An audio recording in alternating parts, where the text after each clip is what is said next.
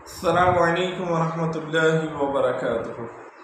میرا نام محمد عادل اتاری قادری اور آپ دیکھ رہے ہیں میرا یوٹیوب چینل عادل قادری پوڈ کاسٹ۔ توبہ کی روایات و حکایات کا سلسلہ لیے آج پھر آپ کی خدمت میں حاضر ہیں۔ پارٹ 3 انشاءاللہ عز و جل یہ آپ کے سماعتوں کی نظر کیا جا رہا ہے۔ انشاءاللہ عز و جل ویڈیو کو مکمل دیکھیں گے تو انشاءاللہ عز و جل توبہ کا ذہن بنے گا، اللہ کا قرب حاصل کرنے کا ذہن بنے گا، اور انشاءاللہ عز و جل توبہ پر آپ قائم ہو گئے، توبہ کرنے والوں میں شامل ہو گئے تو انشاءاللہ عز و جل دین اور دنیا سنور جائے گی۔ تو آئیے بڑھتے ہیں اپنے ویڈیو کی جانب۔ بصرہ میں ایک شخص حضرت حبیب اجمی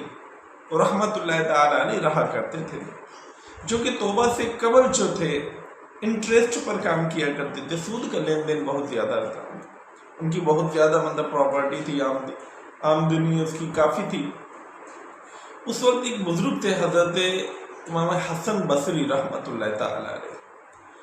وہ انہیں جب بھی ملا کرتے تھے سمجھایا کرتے تھے کہ اے حبیب اپنے معاملات سے اچھا اللہ کی بارگاہ میں اپنے معاملات سے اپنے گناہوں سے توبہ کر لے، اور لوگوں کو پریشان کرنا، لوگوں کو تنگ کرنا چھوڑ دے، یہ اللہ نے مہلت دی ہوئی ہے، اس سے فائدہ اٹھا لے۔ اگر اللہ پاک نے سختی فرما لی، اللہ پاک نے پکڑ فرما لی تو ان بطش ربک لشدید، بے شک اللہ عز و جل کی جو پکڑ ہے وہ بڑی شدید ہے۔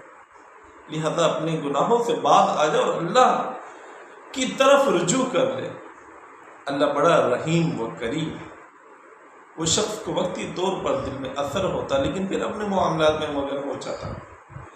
وہ روزانہ گھر سے نکلتا، اپنی ضروریات کی چیز اس طرح سے پوری کر لیا کرتا تھا کہ لوگوں کو جو پیسہ دیا ہوتا تھا ان سے تقاضا کرتا تھا، اگر وہ نہیں دے پاتے تو ان سے کوئی بھی سامان لے کر آ جاتا تھا اور انہیں کہتا تھا کہ جو رقم ہے وہ ابھی باقی ہے۔ اسی طرح ایک مرتبہ گھر میں کھانے بنانے کے لیے اشیاء کی ضرورت تھی، تو یہ گھر سے نکلا اور ایک کسائی کے پاس گیا، اس سے پیسوں کا تقاضا کیا تو اس نے کہا کہ مجھے کچھ مہلت دے دیجیے۔ اس نے کہا مہلت میں بالکل نہیں دوں گا، مجھے میرے پیسے دیجیے۔ اس نے کہا کہ میرے پاس پیسے موجود نہیں ہیں، مہربانی کریں مجھے مہلت دیجیے۔ تو اس نے کہا ٹھیک ہے میں کچھ مہلت دے دیتا ہوں، لیکن اس کے بدلے میں مجھے گوشت کاٹ کر دو، اور جو میری رقم تمہاری طرف ہے وہ پوری کی پوری اسی طرح سے موجود رہے گی۔ اس نے نہ چاہتے ہوئے بھی گوشت کاٹ کر اس شخص کو دیا۔ یہ شخص گوشت لیا اور اپنے گھر آ گیا، اپنی زوجہ کو سامان دیا، گوشت دیا اور خود دوسری سمت میں چلا گیا۔ کچھ دیر بعد جب زوجہ نے ساری چیزیں تیار کر کے ہنڈیا میں ڈالی، اس کے بعد مسالے وغیرہ ڈالے، اور جیسے ہی ہنڈیا میں ڈوئی چلائی تو دیکھا کہ وہ جتنا بھی مسالہ تھا یا جو گوشت تھا وہ خون بن چکا تھا۔ اس نے فوراً آواز دی اپنے شوہر کو حضرت حبیب اجمی کو کہ آؤ اور بچوں کو بھی لے آؤ، جلدی جلدی آ جاؤ، دیکھو جو لوگوں کا تم خون چوس کر آئے تھے آج ہمارے خانہ وہ خون بن چکا ہے، آج تم بھی اسی خون کو پیو، میں بھی اور میرے بچوں کو بھی یہی خون پلاؤں گی۔ اے حبیب یہ تمہارے وہ کرتوت ہیں اور جو تمہارا عمل ہے، جو تم سود پر لین دین کرتے ہو، اللہ تبارک و تعالیٰ نے آج اس کی سزا ہمیں غذا کے طور پر عطا فرما دی کہ ہماری غذا میں خون شامل فرما دیا ہے، ہماری خوراک کو خون بنا دیا ہے۔ اے حبیب میں تمہیں سمجھایا کرتی تھی کہ اللہ کی پکڑ سے ڈرو، اللہ کی پکڑ سے ڈرو، اللہ کی پکڑ سے ڈرو، لیکن تم ایک نہیں سنتے تھے اور اپنے معاملات سے باز نہیں آتے تھے۔ دیکھو اللہ تبارک و تعالیٰ نے آج کیسے پکڑ فرما لی۔ اے حبیب اب کیا ہوگا، تم کس طرح کھاؤ گے، ہم کیا کھائیں گے، بچوں کو ہم کیا کھلائیں گے۔ محترم سامعین کرام، حضرت حبیب اجمی رحمۃ اللہ تعالیٰ علیہ کا دل چور کھا گیا، رونے لگا، تڑپنے لگا، عرض کرنے لگا یا باری تعالیٰ مجھے معاف فرما دے، میں اپنے تمام خطاؤں سے مولا تیری بارگاہ میں توبہ کرتا ہوں، جو بھی مجھ سے خطائیں ہوئی ہیں تو درگزر فرما دے۔ اب اس ارادے سے زوجہ نے کہا کہ اس طرح کیجیے کہ حضرت امام حسن بصری رحمۃ اللہ تعالیٰ علیہ کریم میں موجود ہے، وہ آپ کو نصیحت بھی کرتے رہتے تھے، آپ ان کے پاس چلے جائیے، ان کے ہاتھ میں ارادہ پختہ کیجئے، توبہ کر لیجئے، اللہ کا قرب انشاءاللہ نصیب ہوگا، رب عز و جل اپنے نیکوں کے صدقے آپ پر بھی اپنا فضل فرما دے گا۔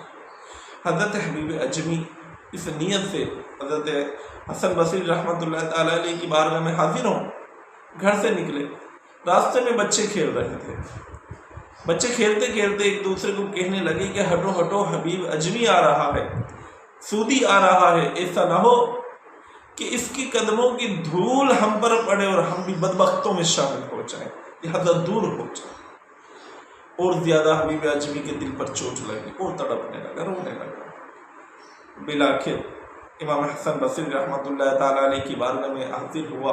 اپنی سارا ماجرا سنایا اور اپنے رویے کا اظہار کیا کہ میں اللہ کی بارگاہ میں توبہ کرنا چاہتا ہوں، اللہ عز و جل مجھے معاف فرما دے۔ حضرت حسن بصری رحمۃ اللہ تعالیٰ علیہ نے فرمایا کہ تمہارے لہجے میں پتہ چل رہا ہے کہ تم نے سچے دل سے توبہ کی ہے، لہذا اللہ تبارک و تعالیٰ سے جو توبہ کرتا ہے اللہ عز و جل غفور الرحیم ہے، اللہ عز و جل اسے بخش دیتا ہے، معاف فرما دیتا ہے۔ لہذا اپنی توبہ پر قائم رہو اور اللہ عز و جل کی یاد سے غافل نہ ہونا اور اللہ عز و جل کی راہ میں خرچ کرو۔ حضرت حبیب اجمی رحمۃ اللہ تعالیٰ علیہ امام حسن بصری رحمۃ اللہ تعالیٰ علیہ کی بارگاہ سے واپس نکلے، اپنے گھر کی طرف پلٹ رہے تھے تو دیکھا کہ درمیان میں وہی بچے اسی مقام پر کھیل رہے تھے۔ اب وہ بچے کہہ رہے ہیں کہ ہٹ جاؤ، ایسا نہ ہو کہ ہمارے قدموں کی دھول اڑے اور حبیب اجمی پر گر جائے، اور اللہ عز و جل کا یہ دوست ہے، ایسا نہ ہو کہ ہمارے اس عمل سے رب عز و جل ہم سے ناراض ہو جائے۔ حضرت حبیب اجمی رحمۃ اللہ تعالیٰ نے رونے لگے کہ یا باری تعالیٰ، تو کس قدر کریم اور مہربان ہے کہ ابھی تھوڑی دیر پہلے یہی بچے مجھے بدبخت کہہ رہے تھے اور میرے قدموں کی دھول سے بچنے کی کوشش میں تھے،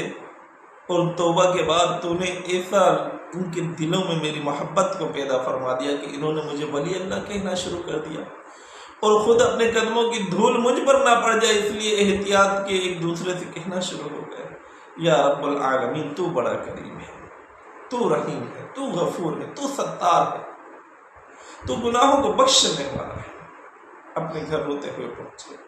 زوجہ کو سارا حال بتایا، اس کے بعد اپنا جتنا بھی مال تھا اللہ کی راہ میں وہ سارا صدقہ کر دیا، لوگوں کی مدد کرنا شروع ہو گئے، غریبوں کی مدد کرنا شروع ہو گئے، اور اس قدر اللہ عز و جل کا قرب حاصل کیا کہ اللہ عز و جل کے دوستوں میں آپ کا شمار ہو گیا۔ محترم سامعین کرام، اللہ تبارک و تعالیٰ کی بارگاہ میں ہم اگر رجوع کریں گے تو اللہ تبارک و تعالیٰ ہمارے لیے لوگوں کے دلوں میں محبت پیدا فرما دے گا، لوگ ہمیں دیکھنے کے لیے دور دور تک آ جائیں گے۔ علماء کرام مثال دیتے ہیں نا کہ جو دنیا کے پیچھے بھاگتا ہے تو اللہ تبارک و تعالیٰ دنیا کو اس سے آگے کر دیتا ہے، اور وہ ساری زندگی دنیا کے پیچھے بھاگنے میں لگا رہتا ہے، لیکن کبھی بھی دنیا ہاتھ نہیں آتی۔ اس کے برعکس جو اللہ کی رسی کو مضبوطی سے تھامے، اللہ کے راستے کا انتخاب کر لے، اللہ کے بتائے ہوئے طریقے پر عمل کر لے، اپنے گناہوں سے تائب ہو کر بندگی والی زندگی کو اپنا لے، تو اللہ تبارک و تعالیٰ عز و جل اس ساری دنیا کو اس کے پیچھے لگا دے۔